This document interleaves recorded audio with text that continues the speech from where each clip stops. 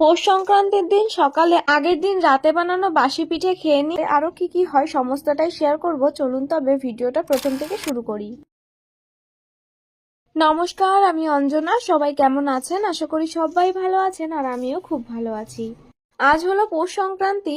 সকালে একটু তাড়াতাড়ি ঘুম থেকে উঠেছিলাম। মা দেখলাম বাইরে কাজবাজ করছে।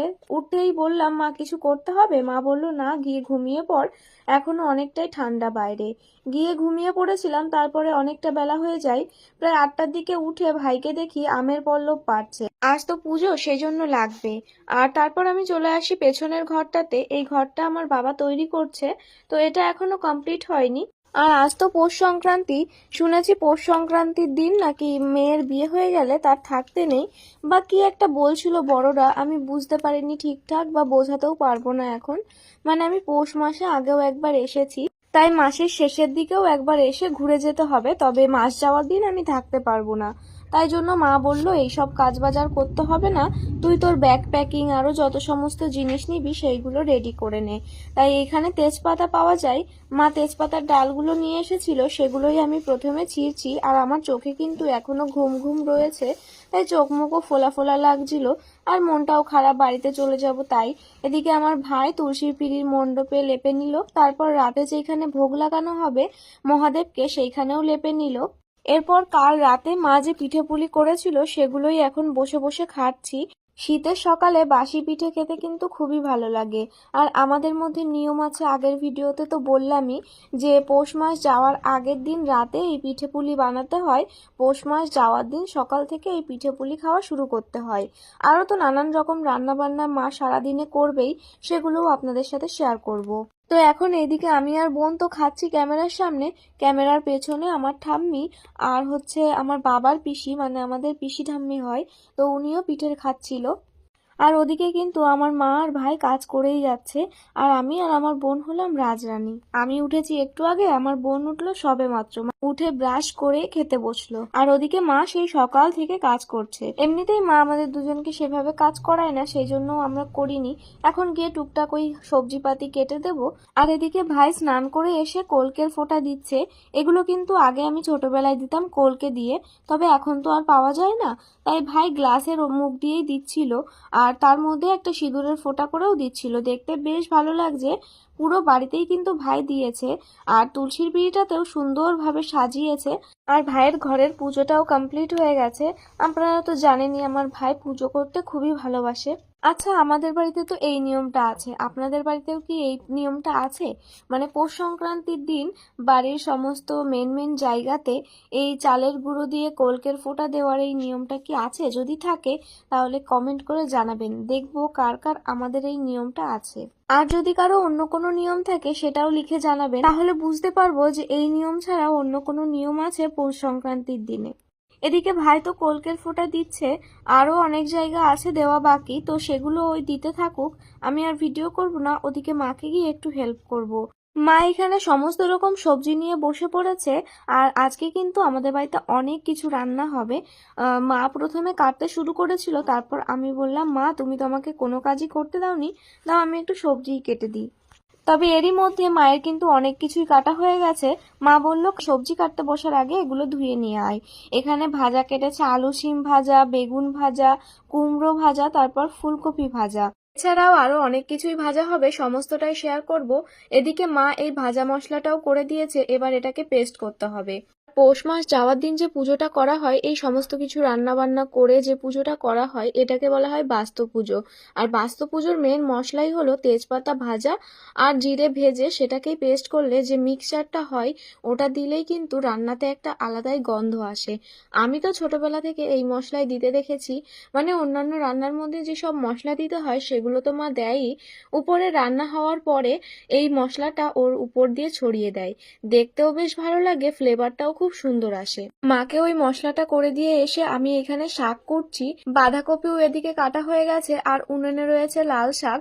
তো আমি এক একটা জিনিস করে মাকে কেটে দিচ্ছি, আর মা ওদিকে এক এক করে রান্না করে ফেলছে। আর অনেক কিছু রান্না করবে যেহেতু, সেই কারণে কিন্তু অনেকটাই টাইম লাগবে। তাই আজকে মাকে একটু হাতে হাতে করেই দিলাম। তো এখানে এই দেখুন লাল শাকটা রান্না হচ্ছে। তার আগে কিন্তু মা কুমড়োর ঘন্টটাও করে নিয়েছে। যেহেতু অনেক কিছু রান্না হবে সেই জন্য মা একটু একটু করেই রান্না করছে। আর ওই কোনায় কিন্তু মা যে ভাজাগুলো কেটেছিল সেগুলোও ভাজা হয়ে গেছে। বোনকে দিয়েছি শাক বাছতে, আর ও জানেই না যে শাক কিভাবে বাছতে হয়, তাই নিয়ে একটু হাসাহাসি চলছিল। তবে হ্যাঁ, আমার বোন কিন্তু রান্না বান্না সমস্তটাই রান্না করতে পারে। হয়তো চিকেনটা রান্না করতে দিলেও পারবে, এমনি অন্যান্য সমস্ত কিছুই ও রান্না করতে পারে। তো এদিকে আমি এই মটর শাক, কলই শাক ওগুলো একদিকে আমি কেটে নিচ্ছি আর অন্যদিকে আমার বোন বেছে দিচ্ছিল। তারপর আমি কলে গেছিলাম একটু ওই শাকগুলো ধুতে, আর এদিকে ও বটি নিয়ে বসে পড়েছে। ও নাকি ধনেপাতা শাক কাটবে, মানে ধনেপাতার বড়া করা হবে সেটাই নাকি ও কেটে দেবে। অগত্যা বললাম ঠিক আছে কেটে দে। তো ও কাটতে বসেছে আর ওকেই দেখা যাচ্ছে না ওর চুলের পরিমাণের জন্য। অন্যদিকে রাতে যে ভোগ দেওয়া হবে সেখানে প্রদীপ দিতে হবে, আরো ধূপকাঠি টাটি তো দিতে হয়। তো মা আমার ভাইকে বলেছে একটা প্রদীপ বানা। ডিজাইন করে প্রদীপটা তো বানিয়েছে, তবে ধূপকাঠি রাখার জন্য একটা দানি বানিয়েছে, দেখেছেন? মানে ওস্তাদির আর শেষ নেই। যাই হোক, আমার ভাইয়ের দুটো জিনিসই কিন্তু খুব ভালো। নিয়ম আছে, উনুনে যখন কোনো পুজোর জিনিস রান্না করা হয় তখন চালের বাটির উপরে একটা আলো দিয়ে একটা ভোগ বসানো হয়, ভোগ বা কিছু একটা বলে। তো সেটাই মা সাইডে দিয়েছিল। আর আজকের দিনে এত কিছু কেন রান্না হয় সেটাও আমি বলছি। আমাকেও আমার মাই বলল। মা বলল বাস্তু পুজোতে সমস্ত কিছু রান্না করে এই জন্যই দেওয়া হয়, আমরা তো সারা বছর অনেক কিছুই খাই। এবার সমস্তটা তো আর বাস্তু পুজোর সময় রান্না করা সম্ভব না। আর অত দিনের রান্না, পুরো বছরের রান্না যদি রেখে দেওয়া হয় তাহলে তো পচে গলে যাবে। তাই বাস্তু পুজোর দিন যে যতটা পরিমাণ রান্না করে বাস্তু ঘটের সামনে বা ঠাকুরের সামনে দিতে পারে সে ততটা দেয়। আমার মা আজকেও অনেক পদের করেছে, কিন্তু এর থেকেও বেশি আমার বাবা বাড়িতে থাকলে দেয়। এবার বাবা বাড়িতে থাকলে কি হয়, অনেক রকম বাজার করে এনে দেয়, সেভাবেই মা রান্না করে। এবার মা একা বাড়িতে আছে, মা বাজার করবে, রান্না করবে, সবটা মিলিয়ে মিশিয়ে সমস্তটা তো অত হবে না। তবুও মা যতটা পেরেছে ততটা চেষ্টা করেছে করার। অনেক কিছুই এখন রান্না হয়ে গেছে, আরো কিছুটা বাকি আছে। সমস্তটা রান্না হলে আপনাদের সাথে শেয়ার করব। আর আপনারা কিন্তু অবশ্যই কমেন্ট করে জানাবেন যে কয় পদে রান্না হলো আজ। এদিকে মায়ের ডাল রান্নাটাও হয়ে গেল, এটা নামিয়ে ওর উপর দিয়ে কিন্তু ভাজা মশলাটা ছড়িয়ে দেবে।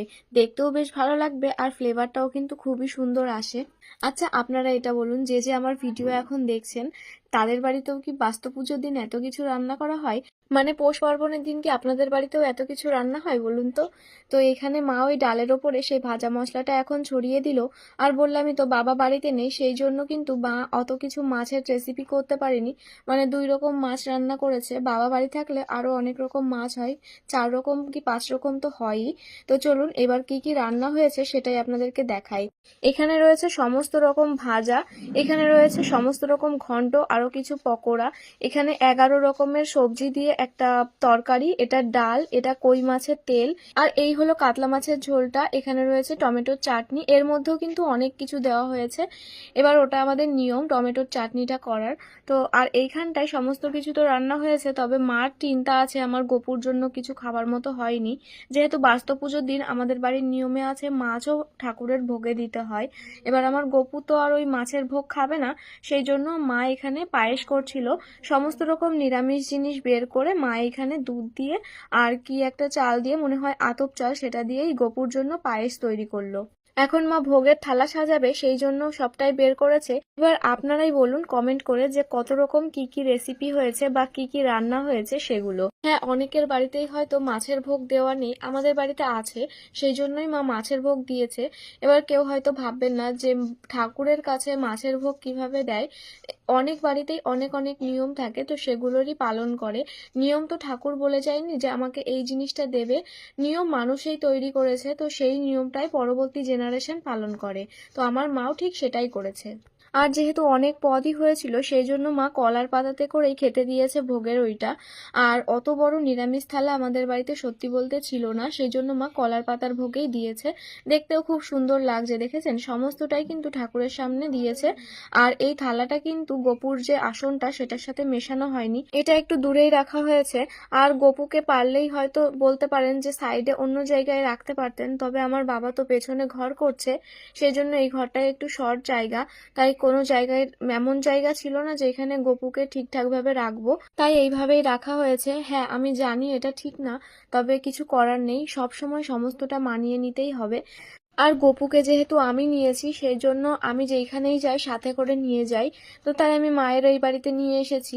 আর মায়ের এই বাড়ির নিয়ম পালন করতে হবে, যেটা আগের জেনারেশনের মানুষ করে এসেছে সেটা তো মায়েরও পালন করতে হবে। তো সেটাই মা করছিল। আর আমার গপুকে কিন্তু ছোঁয়ানো হয়নি, এটাই মেন কথা। আমার গপু শুধু পায়েসই খেয়েছে। এদিকে আমার মা কিন্তু পুজোও দিয়ে নিচ্ছে।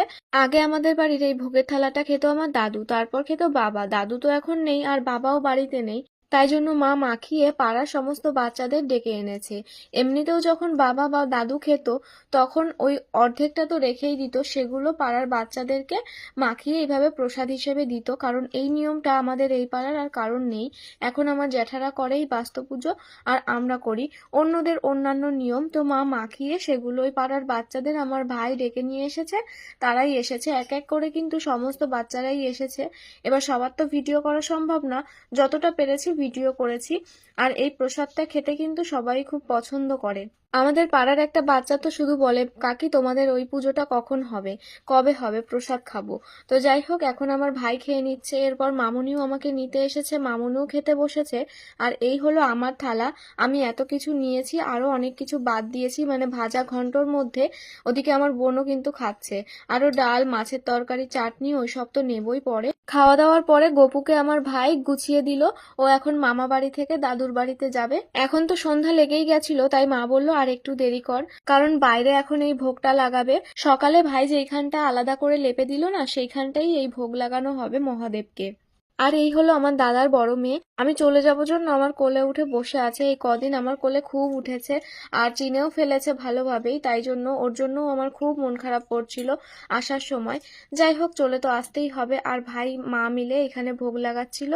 সকালে এখানটায় ভাই লেপে দেওয়ার পর মা বা ভাই কেউ একজন এখানে নিমন্ত্রণ করে গেছিল।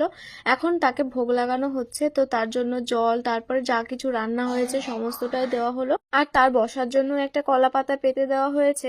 এটা হলো আমার বাবার বাড়ির ফ্যামিলির নিয়ম। তো আগের জেনারেশনের মানুষ এগুলো করেছে, তাই আমার মারও সেগুলো তো পালন করতেই হবে। আসলে এই ভগবান তো আর নিয়ম তৈরি করে যায় না, নিয়ম মানুষই তৈরি করে আর পালনও মানুষই করে। মা কয়েকদিন ধরেই, প্রায় 2-3 মাস ধরেই খুবই মন খারাপ করছিল যে বাস্তু পুজোর সময় তুই একবারও থাকতে পারিস না। এইবার না রাজস্থান চলে যাব যাব করেও যাওয়া হয়নি, তাই বাস্তু পুজোটাও কাটিয়ে যেতে পারলাম। আর মায়ের মনের আশাও পূর্ণ হলো, খাওয়া দাওয়াটাও করতে পারলাম। যাই হোক, এখন এই বাড়ি থেকে ওই বাড়িতে ফিরবো। তো দেখো, মনা আমার কোলে বসে আছে, ওর ঠাম্মি এত ডাকছে কিন্তু আমার কোল থেকে যাবেই না। তারপর জেঠি একরকম জোর করেই নিয়ে নিল। আসার সময় সবাই ছিল, শুধু আমার বোনই ছিল না, ও গেছে টিউশনে, তাই একটু ফাঁকা ফাঁকা লাগছে, তবুও আসতে তো হবেই। চলুন তবে আজকের মতো ভিডিওটা এই অবধি, দেখা হবে পরের ভিডিওতে। সবাই ভালো থাকবেন, বাই।